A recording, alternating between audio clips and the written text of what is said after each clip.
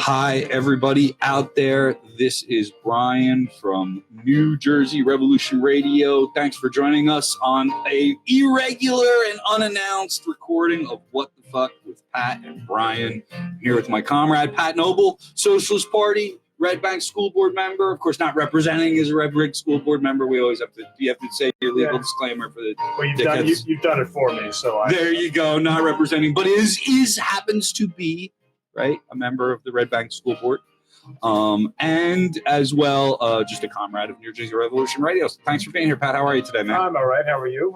Merry Christmas. Thank you. Happy birthday, also belated, which I recently found out. Yep. I turned 43 years old on the same day as our Lord Jesus Christ. So it's neat. I've always liked being born on Christmas. People ask me if I get ripped off for presents or whatever, but I really don't. My family's good, man. I mean, they love me, and I'm really blessed to have a wonderful family. And I know not everybody has that, but it's one of my privileges in life, and I take advantage of it where I can. And so for those of you out there, I hope you did get a chance to enjoy your Christmas with whoever you had around. Mine was good. I was good. How was yours? Mine was good. And if I can just mention, if anyone wants to get Brian a belated birthday present, they can make a donation to New Jersey Revolution Radio. That is true. Yeah, they can do that. And I really should put up the link, and I will just a minute in the chat here. But I did put together a little GoFundMe fundraiser. We still have 3 days to make Diane Moxley work. If you listen to New Jersey Revolution Radio on the regular, we came in for our last show before Christmas, and it's like 2 weeks off. And honestly, I missed doing the show for 2 weeks. Mm-hmm. I like doing the show. It's fun to look around the state, watch social media, and see what my comrades are doing, and help get them a little more exposure through this network. But it's New Year's Day too, and I'm not going to make anybody work. But Diane said if we raise $500 by New Year's, that she would come in and do a show with me. On New Year's? On New Year's Day. Okay. On New Year's Day, 8 p.m., real regular time. Okay. It would be a fun show. I've already got some concepts and ideas for the show. Yeah. Maybe some audience participation. New Year's Day for most people is like a chill day, man. You still hungover for most of the day, and at night the hangover is lifted, hopefully. And you're just chilling at home, getting ready to start the new year. And I was thinking maybe we could do a show like Out with the Old, In with the New, or talk about goals for 2020 as far as activism goes. So I got a concept here, and I got a willing participant. My partner Diane Moxley is willing to come in and do the work, but we need our audience at New Jersey Revolution Radio to do their part. I'm gonna pull up this GoFundMe, but I'll put it in the comments. But you all can see, you can all look back on the page and whatever, and chip a few dollars, and it would help us out tremendously.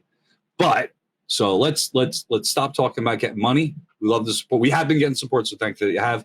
Let's talk about something. I don't know. For me, was not shocking. It wasn't shocking, but for a lot of people, it's a big news. It is for New Jersey. What's going on, Pat? So what I think you're referring to is Larry Hamm, who's the chairman of the People's Organization for Progress, announced, I believe last week, that he is running in the Democratic primary for Senate next year's U.S. Senate election in New Jersey, which right now Cory Booker hasn't said if he's running for yet, because he's running for president, whatever that means in his case. But presumably Larry Hamm will be running against Cory Booker in next year's primary. This is a big deal, I guess, basically for the reasons I think Larry Hamm could win. Like, almost to the point where I think he probably will win. Well, I mean, if Bernie's doing well at that point, because it sounds like they might be bracketed on the same ballot column or something like that. Yeah. But if Bernie's still rocking by then, keep in mind that New Jersey's primary is one of the latest in the first Tuesday in June. So if Bernie's still going by then, he might actually get a significant showing in the primary, regardless of whether Booker ends up running or not. It's we don't really. I shy away, and this is really the only program on New Jersey Revolution Radio where we talk about Democratic Party politics. We stick to away from it. But this is an intersection, and a weird personal intersection for me and a lot of activists who look up to Larry and who know. Since Bernie came on the scene, since 2016, Larry's been getting more involved with the Democratic Party. And sorry, I haven't talked to you yet, Larry. But Larry's a big boy. He's busy. He's too busy to talk to me anyway. But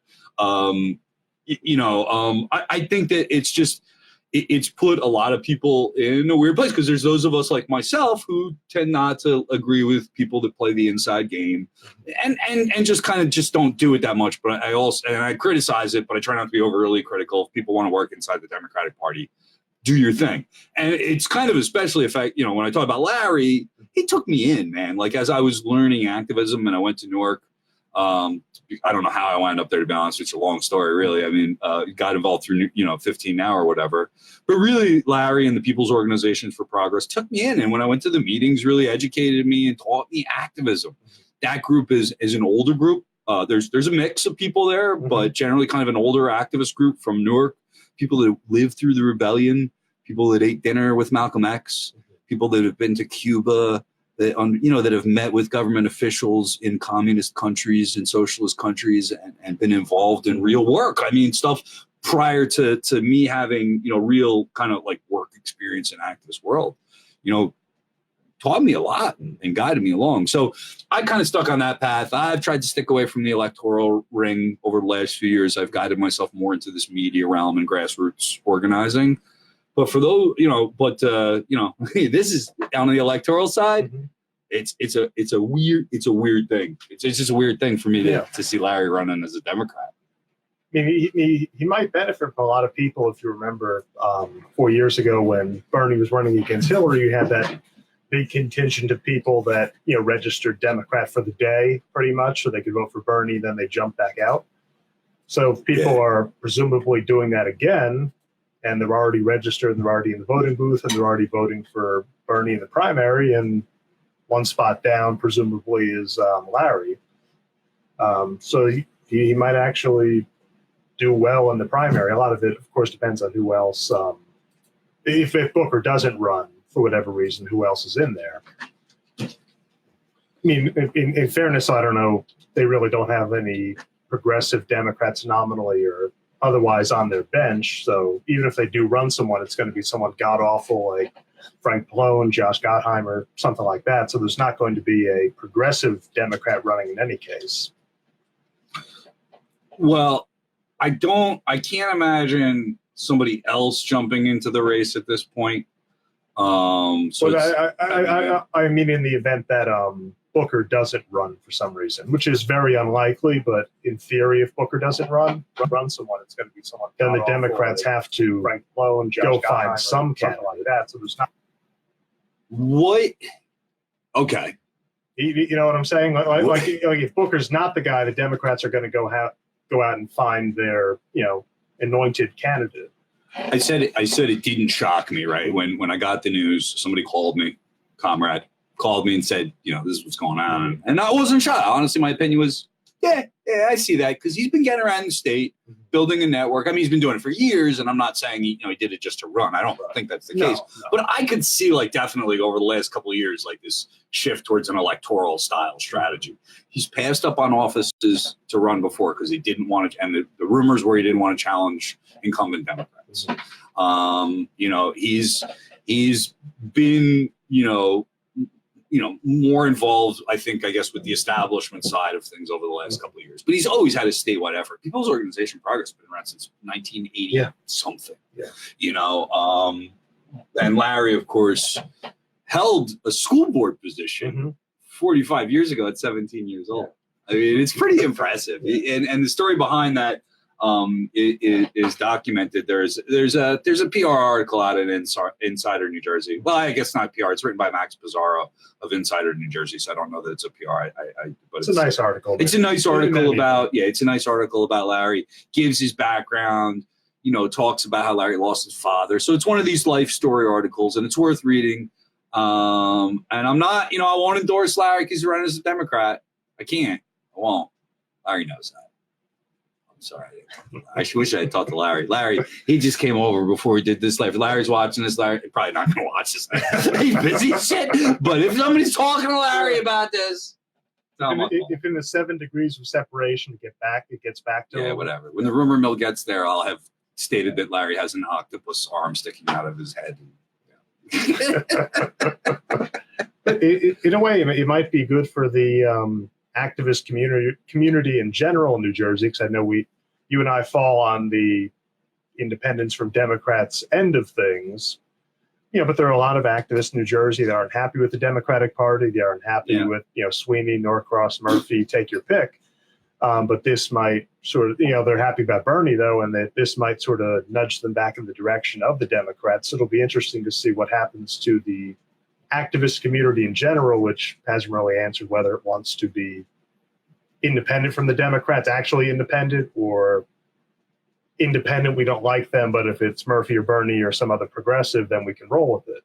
He ran as an independent for Assembly prior to this too, I believe. Okay. So he's run for and I think that was in this this article that we're reading. So, but you know what I mean. This sort of goes into the beginning of the Festivus. But really part of this is that poll. I'm sorry, we did this like last minute, guys.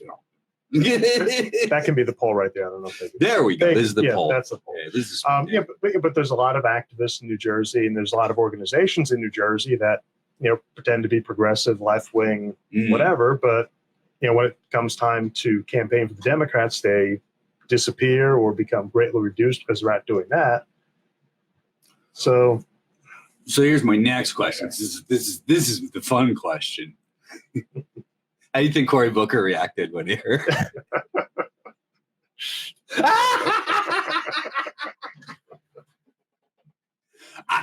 Cory's a smart dude and he's got a network, so I'm sure he felt it coming too. Because if it didn't surprise me, he might. I don't know if he heard something. Usually you get an idea that somebody's going to run against you, and if you got your ear to the ground right, it won't be a shocker, right?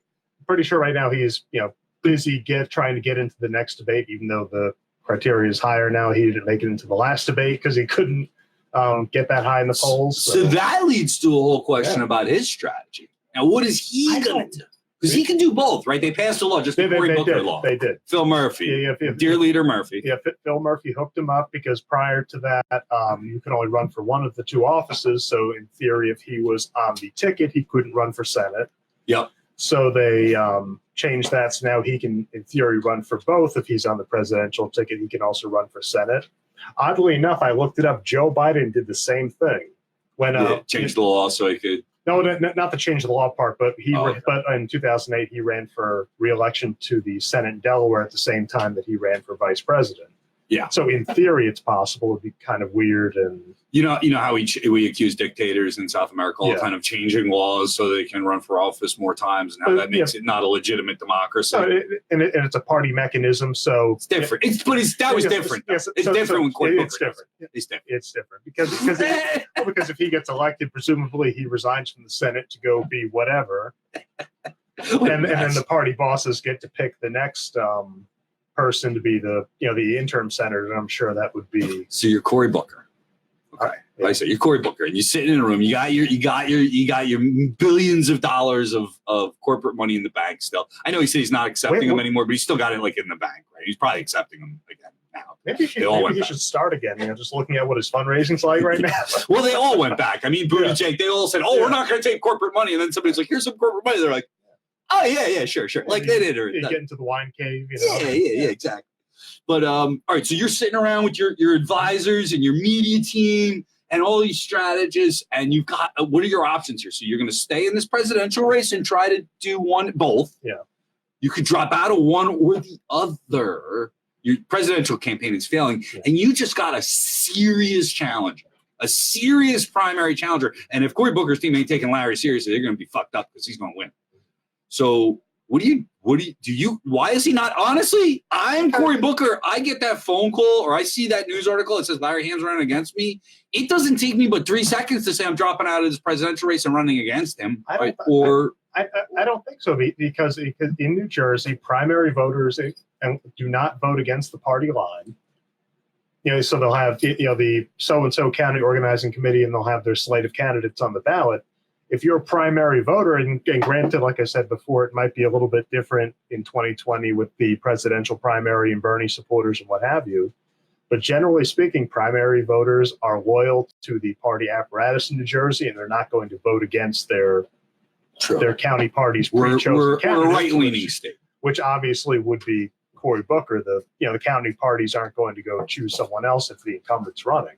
We're a right-wing leaning state and a racist dumb state. But our right wing are Democrats. So that's the Well, yeah. We don't have Republicans in the state. We have Democrats. For those of you not watching from the great nation of New Jersey, we're sorry. We're sorry. The political diet. So, and this is honestly for any given state. You have to interpret, and I think we get these confused sometimes. We're getting them confused at a local level. We're getting them confused at a state level. But the political dynamics of the federal government are not the political dynamics of state government. No. And it's just because, the federal government is now run by fascist Republicans who are out of their minds and right-wing Democrats who are corporatized. Doesn't necessarily mean it's that way. We have fascist Democrats right here in New Jersey and moderate Republicans. I mean, it's more regional. It's more town to town because of the way we're so segregated and redlined and all that mess. But, the political dynamics are just different, here in the state. But getting back to this before we move on to a friend of Cory Booker's, good friend of Cory Booker's, Mr. Norcross. I just really like, since this busted out, Cory Booker has been so brave as to not say anything yet. So I'm just wondering when and this is another thing about Cory Booker, who, by the way, again, for those of you outside New Jersey, nobody in New Jersey likes Cory Booker. No. I've met very few people that like the guy, admire him, or anything. We all think he's a hack. I think I'll be honest, and nobody's paying attention. Maybe we should go out on the street with camera and try this. I think more people like Chris Christie than they like Cory Booker. I would say you're right. Yeah. I would absolutely say you're right. And most of the it's just because we saw him come out of the Manhattan Institute and lobby for charter schools and get corrupt in Newark with the water system and then just pop off and become a senator all of a sudden because there was just a gap there. Yeah. We saw this, and you really got to see his career and watch it, because the whole time he's had a fantastic PR team and all this, the Twitter feed. He's rescuing cats. He's shoveling snow. He's a fireman. Yeah, he's lighting houses on fire. He's lighting houses on fire. He's getting threatened by T-Bone. I mean, it's all kinds of crazy shit that goes on to this narcissist fantasy, and it's being fed by millions of dollars, and he thinks he can become president. He doesn't belong there, and he never belonged there, and that's the thing. And the nation doesn't see that. The nation hears the crafted story of hero man Cory Booker rising above the struggle and stuff. It's nonsense. To become a senator from New Jersey. And now he wants to be president. Yeah. And he's unqualified, and he's a doofus. He's probably not a very smart guy. I don't think I've ever met him before. And I met his staff. Sat on staff. Anyway. But in any case, he'll probably drop out after the Iowa caucus, and it's on to take on Larry Hamm. And you got to run around the state trying to talk bad about Larry Hamm. Cory. The odds of him not being on the presidential ticket are very good, but the odds of him not running. You know what? Cory's going to be a case. Cory wins. He's going to be a senator, and I think he's got a good shot at winning. I'm not going to make any kind of call, and I don't care. So I really not. It is what it is. It's off to Washington with and I wish whoever wins luck, but. Cory's he wins, he's a senator, and he loses, he'll be a K Street lobbyist at $25 million a year. So I'm not really going to feel bad for Cory Booker as he takes on Larry Hamm. But it will be nice to see how the Democrats respond to it. Just if you look at all the right wing Democrats they elected in the midterms, Jeff Van Drew, Mikey Sherrill. Jeff Van Drew is a Republican now. Excuse me. He used to be nominally a Democrat. Now he's actually a Republican.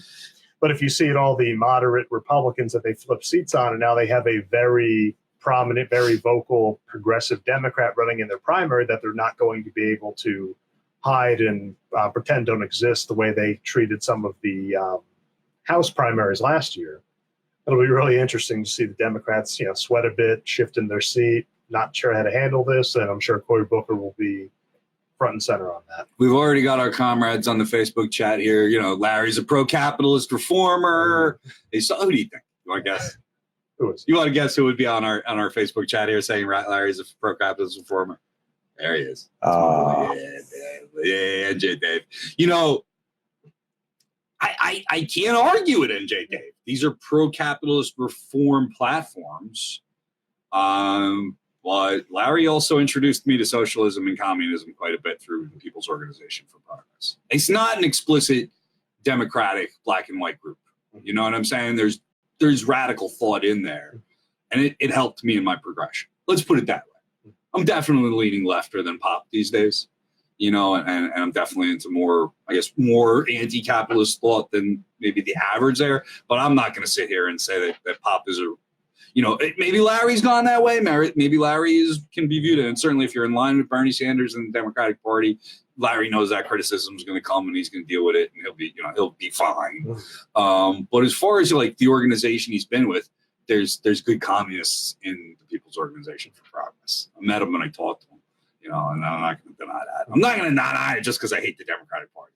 I'd be being a dick for radio, and there's only 5 people watching right now. So I'm not going to do that. We get 50 people on a live stream. Maybe I'll start cursing about it. That's not working out.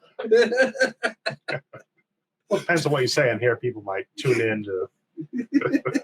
So George Norcross, what kind of trouble is he in lately? Any, or is he in Mar-a-Lago partying? What's up? Yeah, I don't think he's ever been in trouble in the sense that he should be for all the horrible things he's done. But the last thing I think everyone saw a couple weeks ago, the sham committee hearing. There was a setup in the state Senate. You've got Norcross smiling in the front row. But the thing we were looking at just came out a day or two is someone dug up a quote from Donald Trump before he became president. Presumably he was still, building or, setting up his goofy ass casinos in Atlantic City. But they've got a quote of Trump saying about Norcross, and I'm paraphrasing, gee, I wish I was as powerful as him. Yeah. I get it.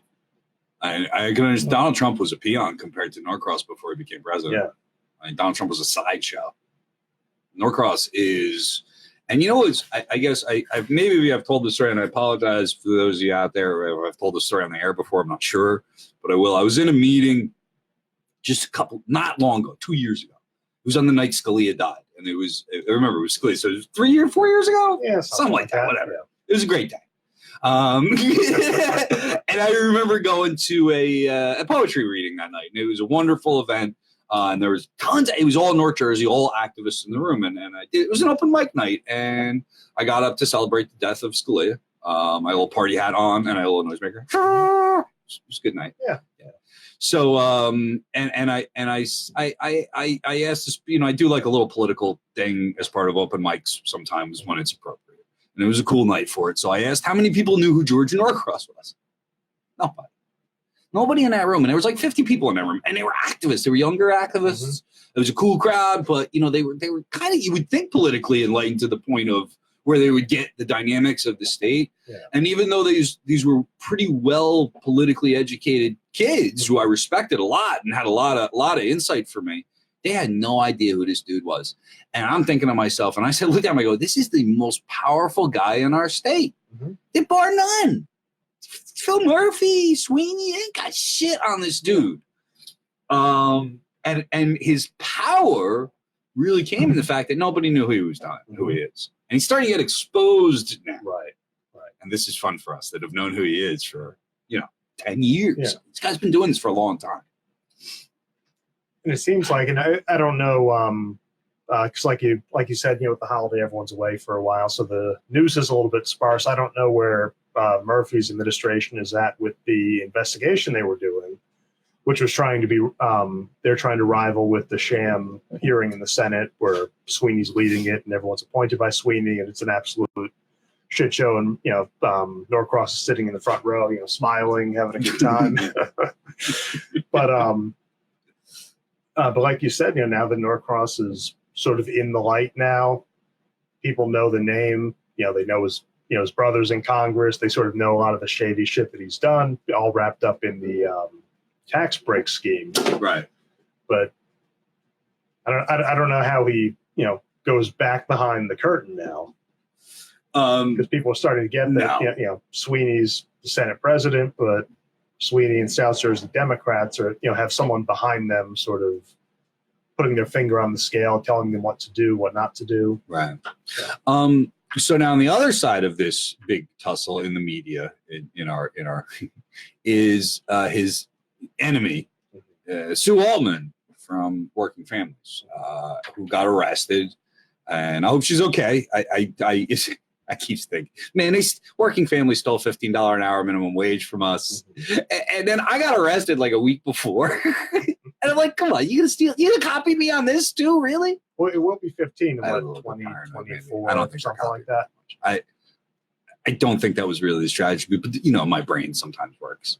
And so well, I mean, I wouldn't go that far. I think their general strategy is to take whatever the radicals have and water it down to the point where they think it's palatable and then push it, which is exactly what groups like Working Families do. She did a great job of getting arrested. I'll give her that.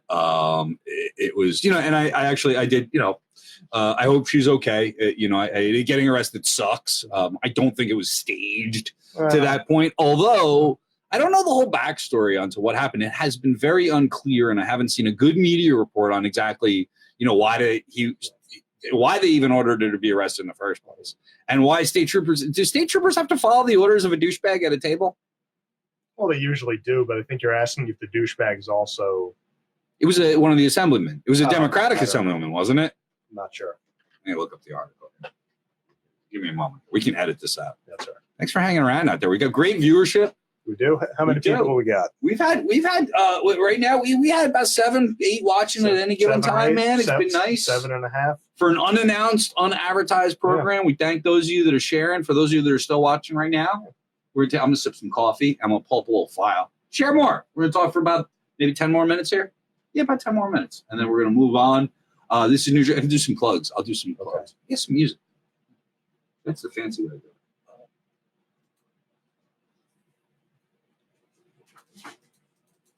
We got that. I want to thank our, we don't have any sponsors for today, so I just left the sponsorship table out. But my comrade Lori Endicott Thomas, and of course the coffee house as always. We'd like to thank anyone that donated during this live stream, because they are. That's nobody. Well, I don't think anybody's. I was trying to encourage them to. There we go. All right. There it is. See, I figured out the whole headphone thing. You can count it jointly as your birthday present to Brian and your Christmas present to New Jersey Revolution Radio. January 26th at the Cherry Hill Women's Center, New Jersey Revolution Radio is very proud to sponsor Weed, Women, and Wellness. This is going to happen as part of we're getting into weed a little bit at New Jersey Revolution Radio. You and I have had conversations about legalization. It's on the ballot for next year, 2020. I guess we talk a minute about it. I said we don't talk about it because we talked about it a lot. Weed, Women, and Wellness coming up though, but maybe we should just spend a quick minute during the commercial segment here talking about weed on the ballot next year. Your thoughts, Pat? So apparently Murphy figured out what, if he was intelligent as a governor, would have figured out 2 years ago, which is that if you want to legalize marijuana, you don't try to put it through the state legislature, and you sure as shit don't try to put it through the state legislature in New Jersey. You put it on the ballot at the time, and I don't know if this is true since then, but at the time, the only state that had gone through the legislature was Vermont, I think. Everyone else had gone through a ballot referendum, whatever they call it in their state. Right. But they seem to have finally caught up, and Sweeney seems to have figured out he can't stonewall it in the Senate anymore, so they're going to put something on the ballot. I don't know, and correct me if you know, I don't think they've decided on what the ballot language is going to be, which is very important for all of this. Because legalization is a very broad thing. So right. So we don't know what. Well, it all gets kicked to a committee. What I'm saying is it gets kicked. He gets to appoint a commission. That's right. Well, since they were fighting so much or for so long on what bill would be put, in the state legislature, I don't know if there's clarity, and I could be wrong, but I haven't seen any clarity on what is actually going to be the ballot measure. I have seen it. I've read it. It can't be changed. That's the key. So if you see the actual language, know that there's no negotiating. That's what you're voting on. So that's one little hint, but I'll tell you this. Go to the Weed, Women, and Wellness seminar. in Cherry Hill, New Jersey. January 26th. I put the link up in the Facebook feed right now. Check it out. Click going and share it out for our comrades there. They're going to be particularly discussing an afternoon of, we're going to have some vendors, CBD vendors, infused chocolates and oils with CBD, a fruit CBD infused wine, and a mini massage chair from a certified therapist. So Weed, Women, and Wellness, of course, discussing women's health issues at the Cherry Hill Wellness Center. But look, they're going to be talking politics, and there's more to come from New Jersey Revolution Radio on that. I got all kinds of thoughts on what's going on with the legalization of cannabis in this state. Well, I'm going to hold on to it for another show and another time while we move on here to wrap up What the Fuck with Pat and Brian. Before we move on, this is our last show of the decade. So before we move on to go on, what else do we have? We have Norcross. No, we just did Norcross. We had Mr. Larry Hamm. We talked about Larry Hamm. Senate primary. I asked for money. We asked for money multiple times. Yep. What else do we have before we end this new year, man? Well, before the new year ends, I understand tonight you have an event going on. Do I? Maybe do you? Oh, are you there? I thought we had another topic. We don't have one last topic. No. You got nothing? I was trying to plug your event tonight. We've been talking for 32 minutes. That's good enough. Hopefully this is going to be all cut out. I have some great weed. There's an event tonight in Newark. Let's wrap this shit up. I don't know any of the specifics. I thought Brian would, but it's tonight. It's in Newark. It's an awesome poetry event. It is. There we go. I don't know where it's at, but I know it's in the city of Newark. It's at. Hold on, I don't want to get there. Hold on. Okay. I'll tell you where it is. He's going to find out for us. Of course. So, yeah. This was going to be my closing thing. I thought we had another topic. I wasn't there. I was trying to tee you up for the closing. RADI 360 Poetry Night. Ratty. I'm thinking it's pronounced Ratty. Please apologize. My apologies if I'm not getting RADI. This event is on the New Jersey Revolution Radio Facebook page as well.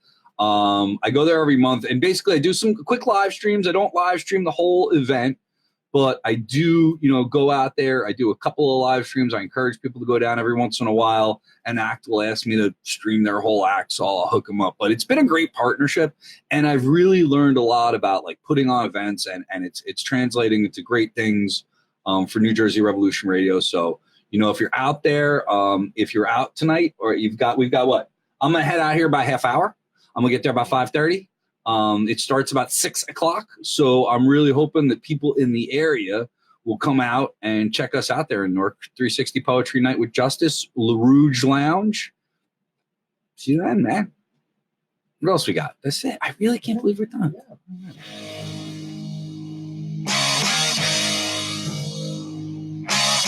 Thank you out there, New Jersey Revolution Radio Live. This is What the Fuck with Pat and Brian. We had a great time with you. Pat Food Socialist Party. So check them out. If they've got activity going on, check them out on Facebook. We all do a lot of Facebook and Twittering, so social media feeds. We are getting into the new year. We're definitely going to be involved with cannabis legalization. We're going to be keeping an eye on the corruption in New Jersey. We're going to be fighting racism, and we're going to be talking shit about the Democratic Party. We need your help. We need you to donate. www.njrevolutionradio.com/donate. Check us out. Donate to independent media tab on the website. $5, $10, $100, whatever you got. I mean, you had a good Christmas. Chip a little bit in. We really do appreciate it. And if we raise $500, we're only at $125. I got 3 eggs. Could be $300 something. I don't know. It's too much math. But we need to get there, and you'll have a New Year's Eve show with me and Diane Moxley. So do not donate to the Human Fund. Donate to New Jersey. Donate to independent media. I really love doing these shows for everybody out there. 2020 is going to be awesome. I can't wait to start it out. I'll see you soon. Thanks for tuning in, everybody.